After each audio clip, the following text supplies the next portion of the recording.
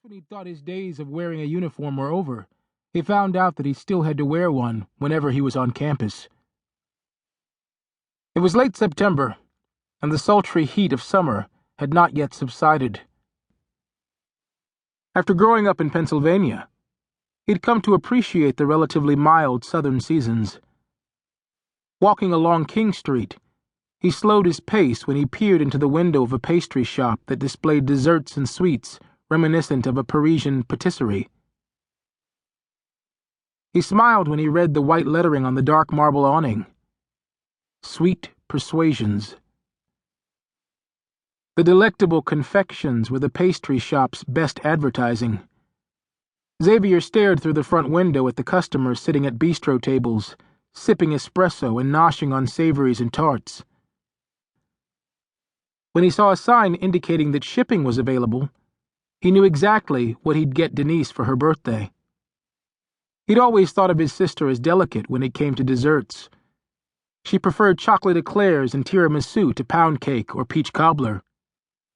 He opened the door, painted a high-gloss dark blue, and walked into the cool air-conditioned space. The soft tinkling of the bell just inside the door caught the attention of the young woman behind the counter. She offered him a friendly smile. "Good morning. Welcome to Sweet Persuasions." Xavier went completely still. Her voice was as enticing to his ear as the pastries in the window were to the eye. The sound of her voice was low, rich, and ethereally melodic. The inflection had Charleston overtones, but not so much that he could detect exactly where she was from. "Good morning," he said, reluctantly pulling his gaze away from the face that matched the hypnotic accent. If he had been asked to describe her, it would have been in the mouth-watering way one describes a confectionery masterpiece. Her face was the color of toasted hazelnuts, and her almond-shaped eyes were as dark as chocolate chips. He liked the way her nose crinkled when she smiled, but it was her mouth with its perfectly curved lips that garnered his rapt attention.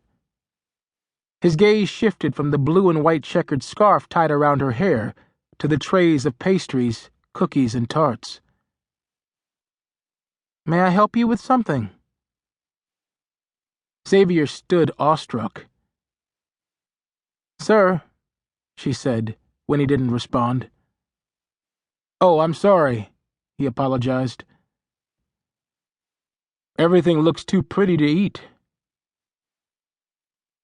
Selena Yates felt her heart rate kick into high gear when she stared at the tall, slender man who'd walked into her pastry shop.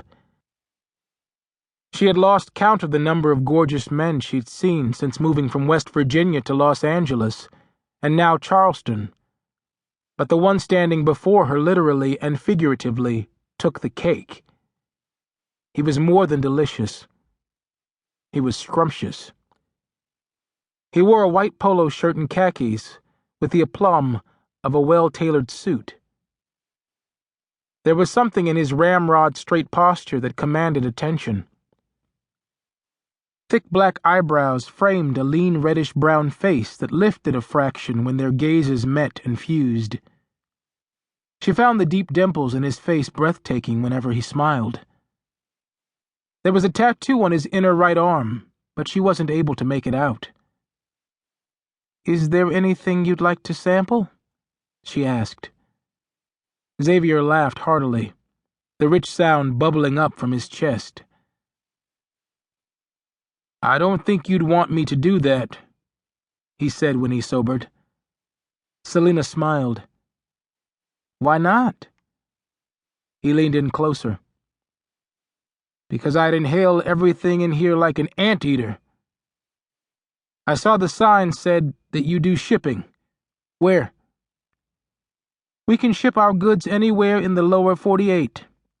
"Overnight?" he asked. "I can guarantee overnight if it's along the East Coast. Otherwise, it'll be 2-day delivery.